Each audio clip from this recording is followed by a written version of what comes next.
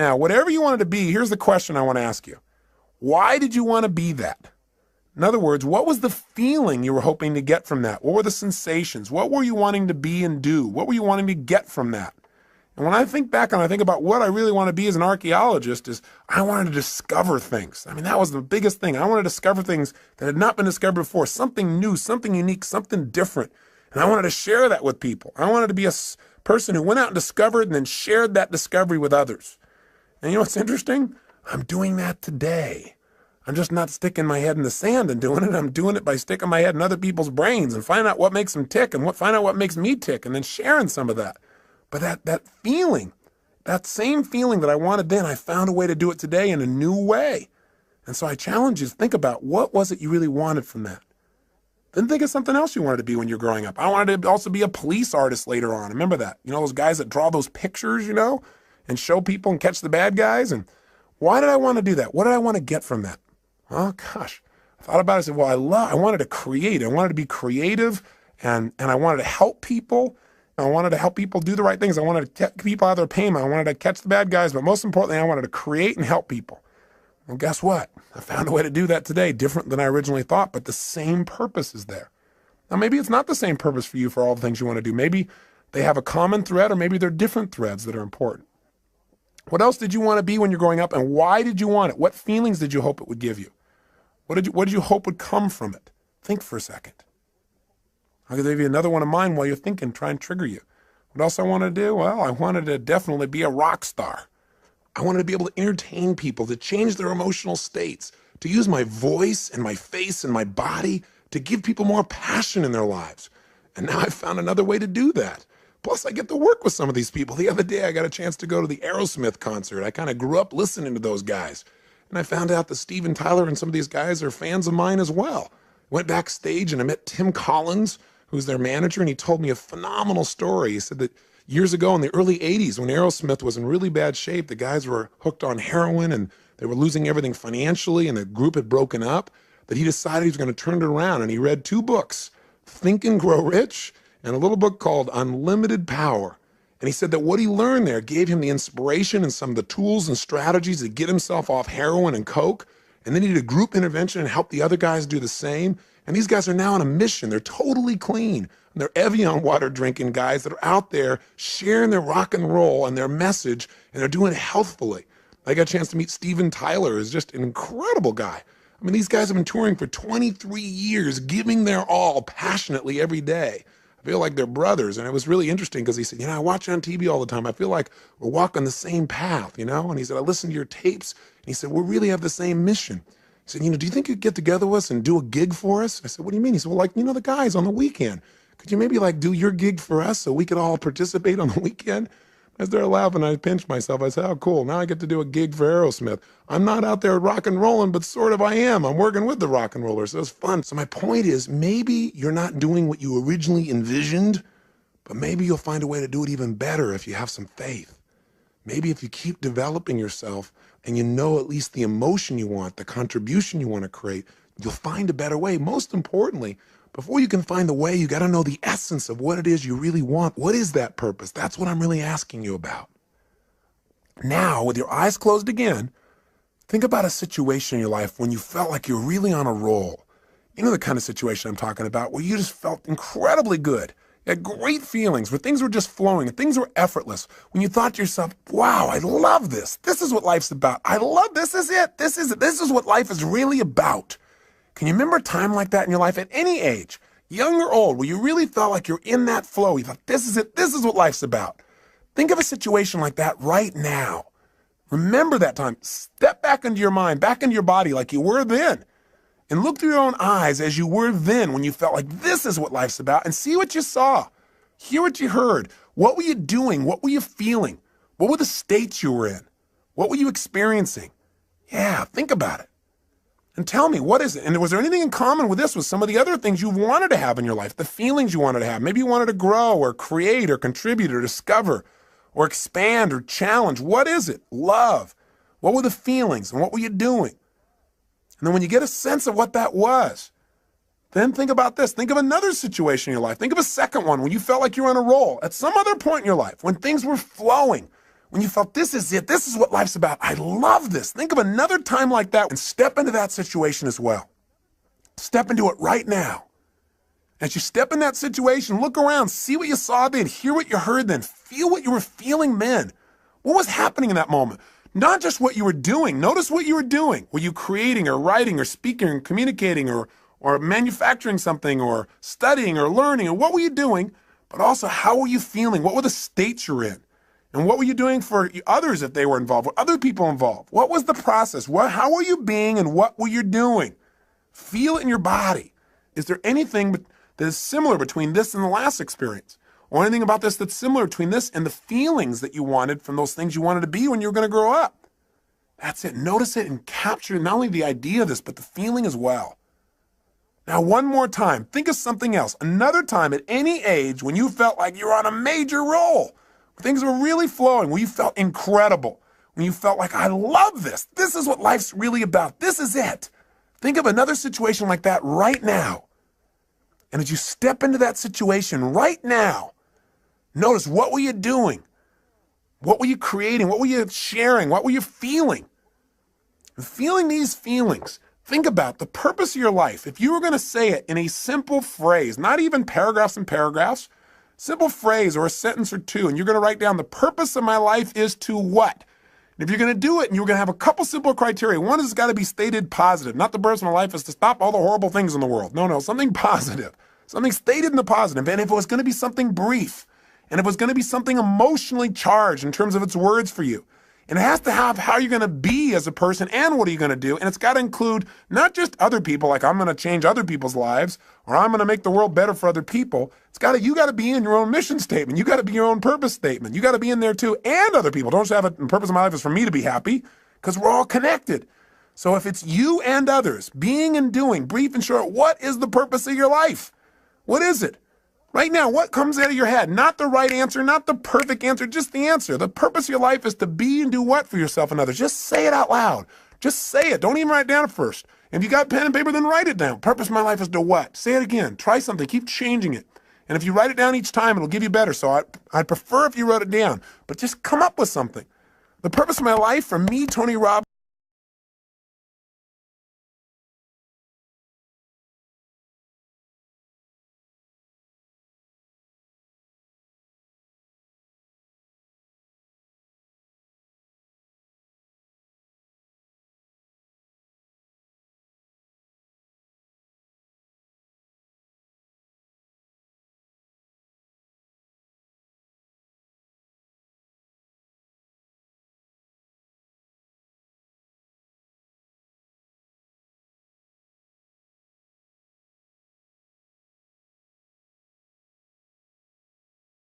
just start writing like crazy. What is the purpose of your life? And when you write something, write another thing. Cross it out and write another one. And keep writing it better and better until you got something you like, then to turn the tape back on. Go for it. Do it now.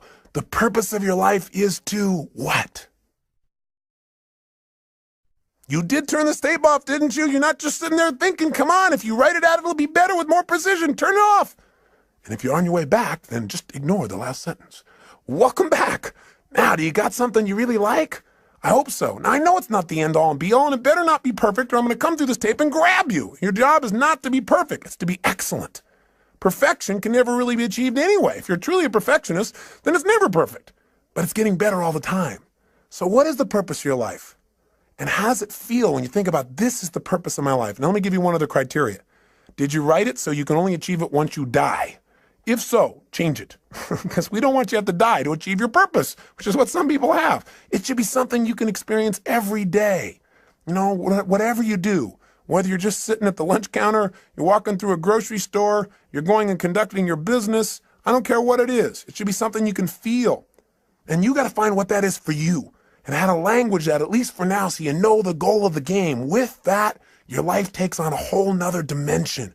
So as you go out over the next month, try something. Take this purpose statement and keep it in front of you.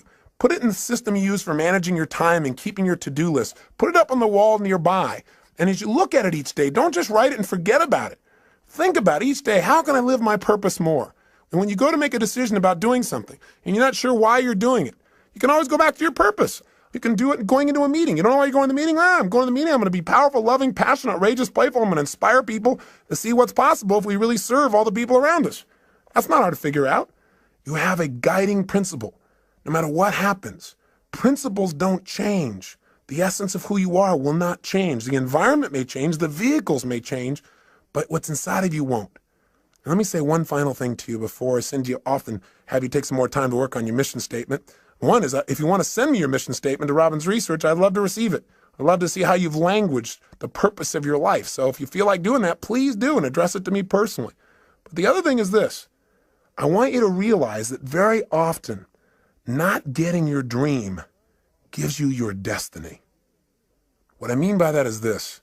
So often, as I said when we started this tape, people set up a goal or a dream and they don't get it, and then they feel so disappointed and so frustrated, sometimes resentful towards others or to their creator or towards themselves for not accomplishing or achieving it. But the truth of the matter is, whenever something happens, you must find an empowering meaning. You must ask yourself, how can I use this? If this was to serve a higher purpose in my life, how would I use it to serve a higher purpose? If this was going to make me into somebody more, how would I use it to make me more? And very often in life, if you really look back on your life, the worst situations in your life have been the best if you were willing to trust that it happened for a reason. That somehow, even though this is painful and you'd never want it to happen again, somehow this is going to serve you. Maybe you were hurt by someone or some situation, but because of that, your kids will never be hurt the same way you did when you were a child. Or maybe you went through some tough time, but because of that, you'd be able to help somebody else so they won't have to go through the same pain you did. Maybe the pain made you make a new decision and send you in a brand new direction that brought you to this destiny. I really, truly believe in my heart of hearts that if we're willing to trust and have faith and look for answers and actively pursue them, that every human experience supports us, even those that are painful. And I believe we can probably do them without the pain, but if the pain does strike or if something happens outside your control, which it will, then instead of living in fear that that'll happen someday, you want to live from the sense of certainty that says, no matter what happens, I will benefit from it because I will look for benefits and therefore I will find them. It's that simple. And I'll give you a good metaphor. There's a great movie, I'm sure you recall, it was called Field of Dreams. In it, they said, if you build it, they will come. In the movie, Kevin Costner seeks out an old man by the name of Doc Graham. He's played by Burt Lancaster. And when he first meets this man, he's going to see him to tell him about a field of dreams that Kevin has developed, a place where these old men could come back and play again, to be young again, to live their dream. And when he meets Doc Graham, he starts to talk to him and he says, I understand that you only were able to play one inning in your life, because Doc Graham said, well, yeah, my whole life's dream was always to play baseball, to be a professional. He said, every single day I gave my all. I lived this passion. He said, I took ground balls and batting practice and I pushed myself. And he said, finally, I made it. I made it to the big leagues. And the whole season went by without my being able to play. And finally, at the end of the season, in the 8th inning, the coach looked over at me and said, kid, I want you in right field. He said, I was so happy. I couldn't believe it. I ran out onto the field, and he said, I stood out there in right field waiting for somebody to hit it to me, waiting for my chance. And nothing happened. Then when we came back in, he said, my turn to bat never came. And the next year, they, without giving me another chance or even giving me a chance, they sent me back to the minor leagues. And he said, I just couldn't take it. I couldn't take going through that again, so I quit. And Kevin Costner said, oh my God, that's unbelievable. What incredible pain, what devastation. That must have destroyed you. I mean, for any man to be that close to his dream and have your dream pass you by as if it doesn't even know it's you. He said that must have been the most destructive, painful thing. That's a total disaster. And Moonlight Graham said, no, son. He said, playing baseball for only 5 minutes was not a disaster. Playing baseball for only 5 minutes was not devastating. What would have been a disaster, what would have been devastating, is if I'd only been a doctor.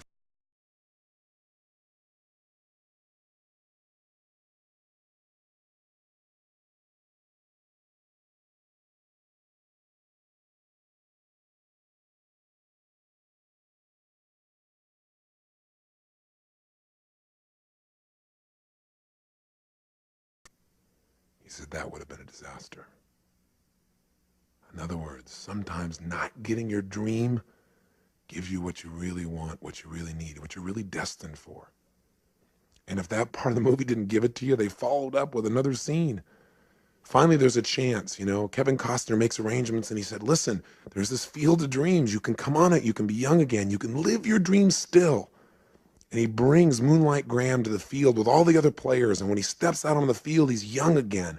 And he's wearing his uniform and he can feel the warm sunshine on his body again and these youthful muscles and the smell of the fresh cut grass and the baseball in his hand. And finally, they're beginning to play. And just as Moonlight Graham is finally stepping into the batter's box, finally he's going to get a chance to get that hit in life, in professional baseball, his dream. Right at that moment, there's a scream in the stands because Kevin Costner and his brother are having a conversation, and his brother doesn't see these players on the field. He doesn't have the faith to experience the beauty and the joy and the fun and what's right there in front of him. He can't see it because of his lack of faith. And as they're arguing about